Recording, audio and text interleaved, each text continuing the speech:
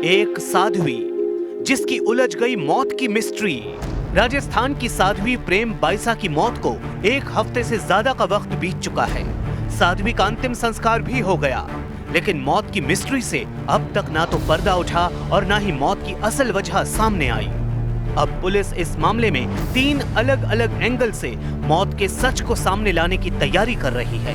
पहली, डीएनए जांच, दूसरी विसरा जांच और तीसरी, केस में संदिग्धों का पॉलीग्राफ टेस्ट। केस में सच का सुराग लगाने के लिए फॉरेंसिक साइंस लैब यानी एफएसएल की मदद ली जा रही है, जिसने अब तक साध्वी के कमरे से 35 सैंपल्स इकट्ठे किए हैं।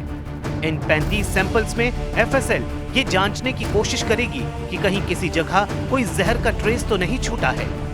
इन 35 सैंपल्स में बर्तन, आश्रम की मिट्टी, चादर, तौलिया, कंघा, डस्टबिन और इंजेक्शन की दोनों सिरिंज शामिल हैं। जो दवाइयां वगैरह जो आसपास से सीज हुई है मौके से, उसको भेजा गया है। कपड़े वगैरह हैं, बर्तन है, तो इस तरह करके क्राइम सीन के हिसाब से और जिससे कुछ जांच में दिशा मिल सके, ऐसे सब चीजें भेजी गई हैं। साथ में इसमें डीएनए सैंपल के लिए भी भेजा गया है।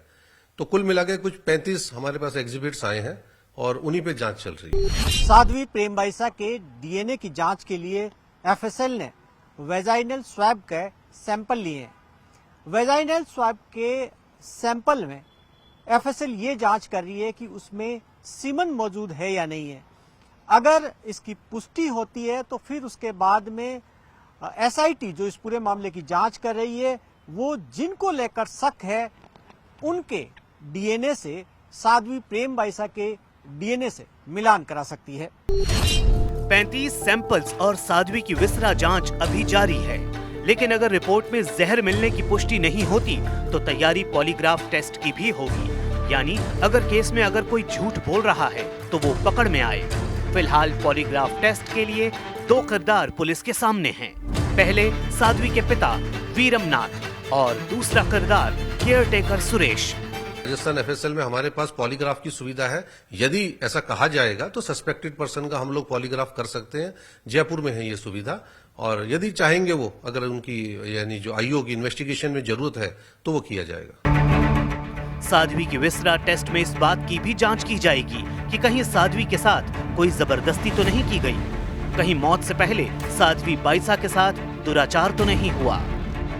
डीएनए में एक तरह से वेजाइनल स्वैब स्मीयर है हमारे पास में, जिसपे कि ये पता करना है कि इसमें कोई ह्यूमन सीमेन वगैरह की प्रेजेंस है या नहीं है।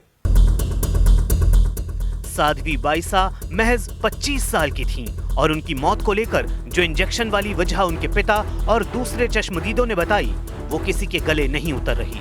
साध्वी के फॉलोअर भी उनकी मौत का सच जानना चाहते हैं और इसलिए मौत की वजह को लेकर फाइनल जांच जरूरी है।